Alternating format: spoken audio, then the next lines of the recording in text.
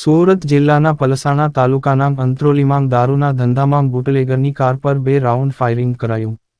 સુરત જિલ્લાના પલસાણા તાલુકાના અંત્રોલી ગામે બુરી ફળિયામાં શનિવારના રોજ 3 વાગ્યાની આસપાસ લિસ્ટેડ બુટલેગર ઈશ્વર વાંસફોડિયા પર સુરતના માથાભારે બુટલેગર દુર્ગેશ તેમજ પ્રવીણ વાંસફોડિયા સહિતના અન્ય સાગરીતોએ દ્વારા ફાયરિંગ કરવામાં કર્યું હતું.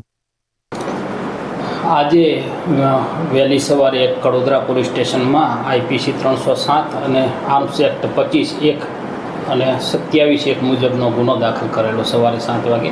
બનાવની હકીકત એવી છે કે જે ફરિયાદી છે ઈશ્વર રમેશભાઈ વાંસફોડિયા કરીને ફરિયાદી છે.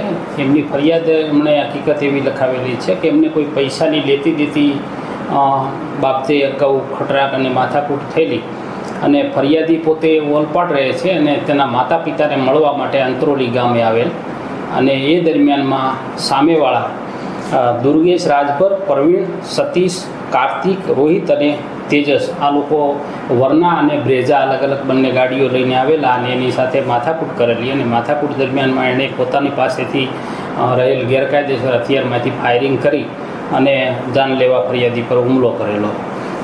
આમ બંને આરોપીઓનો પૂર્વ ઇતિહાસ જોવા જઈએ તો તમામ આરોપીઓ ગુનાહિત ઇતિહાસ ધરાવે છે અને એમને અગાઉ પણ અલગ અલગ પ્રકારના ગુના દાખલ થયેલા છે. ફરિયાદ દાખલ કરીને આગળની તપાસ પીઆઈ શાહ સંભાળી રહ્યા છે.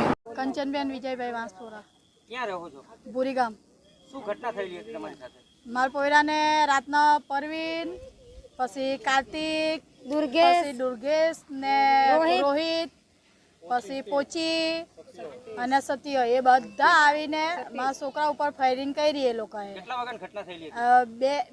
2-3 વાગ્યાની પર. કોઈને ઈજા થયેલી છે? ના, ગાડી પર વાગ્યું છે અને ગાડીમાં બંદૂક પણ છે, અંદર ગોળી છે અંદર અને પોલીસ વાળા લઈ ગયા છે અને કેસ પણ કર્યું છે અમે. અંદાજિત કેટલા લોકો હતા? અંદાજે તો 2 ગાડી ભરીને 2 ગાડી ભરીને એ લોકો આવ્યા હતા. હવે અંદાજે કેટલા હોય ખબર નહીં, અમને ખબર નહીં. ઉતરા હતા એ અમને ખબર નથી. ઝઘડો કરવાનું તારે ખાલી આટલું અમને ખબર છે. તે લોકો હોરાથી અમારે પૈસા લેવાના છે મારા ડિયોને અને એ સારું થઈને મારા પોયરા ઉપર હુમલો કરે છે એ લોકો. હાલમાં પોલીસ સ્ટેશન ફરિયાદ દાખલ કરેલી? હા, કરી છે.